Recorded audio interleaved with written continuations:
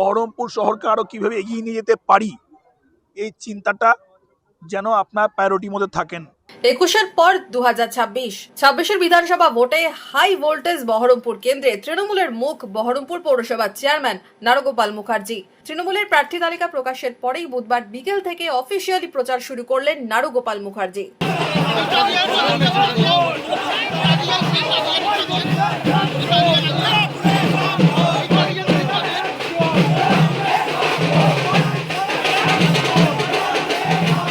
আমার পৌরসভা চালানোর বয়স 4 বছর হলো। আমি অনেকটা কাজ করতে পারিনি, কিন্তু অনেক কাজ করেছি, চেষ্টা করেছি মানুষের চাহিদাকে যতটা পূরণ করা যায়।